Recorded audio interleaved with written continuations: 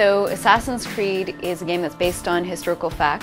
You play Altair, a master assassin, and your mission in the game that you're given by the head of all the assassins is to track down and assassinate 9 key guys who are causing the Third Crusade to be worse. So bad guys on all sides. The assassins are a third party, and in this you are tracking down Talal, who's a slave trader, who is located in the rich district of Jerusalem. Basically, you do, like in most of your assassination missions, you have some reconnaissance parts where you find out where he is, what the setup is, and there's always a bit of a twist in that.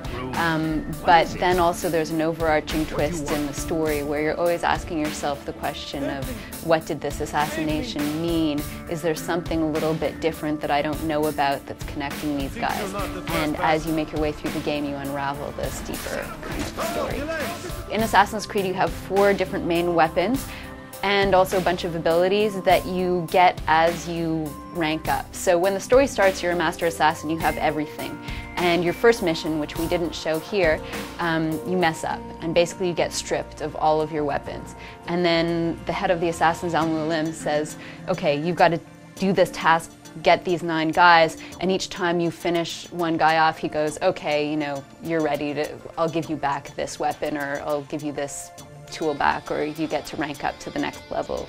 We have three different weapons to use during a fight, and then your fourth one, your fist, but if there's weapon like big sword, you don't use your fist because you'll be killed right away. But you can really use your dagger in the back or your sword, and you can switch between the two while you're fighting. As you go through the game, you get throwing knives. Those are kind of your longish range weapon, and they're really, really powerful, but they're limited, just like, you know, your bullets in a first-person shooter.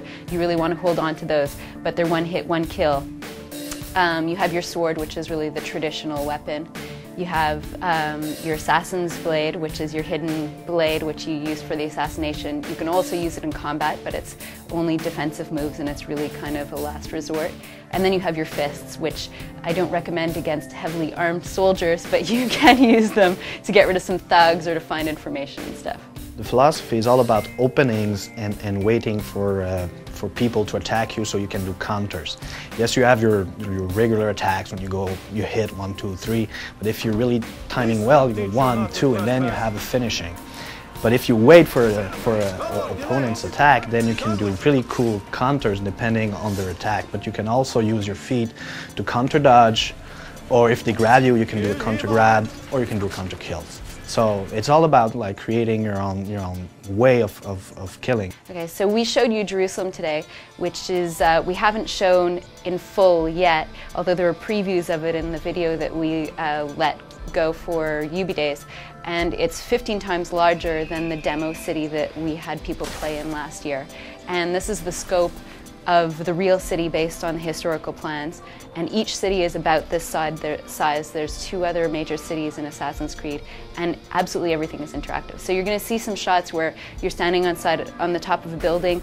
Everything you see in the distance, you can actually go, I'm going to go over there and pick your own path, and you can. It's all open.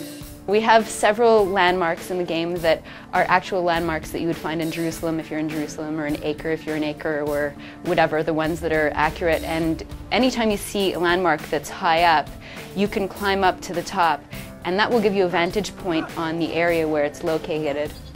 It'll clear up an area of your map. It'll strategically place stuff, because that represents Altair getting to know that part of the city. And it's also a really good tool if you're being chased for an escape, because you can do the leap of faith off of that, which is a really cool move, and that enables you to be quickly hidden from people who are running after you. Our philosophy of interacting with the environment was pretty simple. As long as you can see an object coming out of the 3D world, you can interact with. The days of the texture telling you, okay, on the blue texture you can do this, and on the green texture you can't, or the way around depending on the art direction, it was over when we started our conception work. So we say, if it's a 3D element, just like if I was like a game character, I could grab stuff, you know. Your finger can stick. If your fingers can stick, you can interact with. That's in real life, so let's do it in a game. So really, the architecture becomes your playground. And what you've seen in the actual E3 demo is a really, really small portion of a pretty wider game where we're going to experience a lot of different stuff and different place and different emotions. So really, it's really a small glimpse, and I think, and I assume that people will be surprised for just by the 5 first minutes of the game. They think they're going to be elsewhere. You'll see.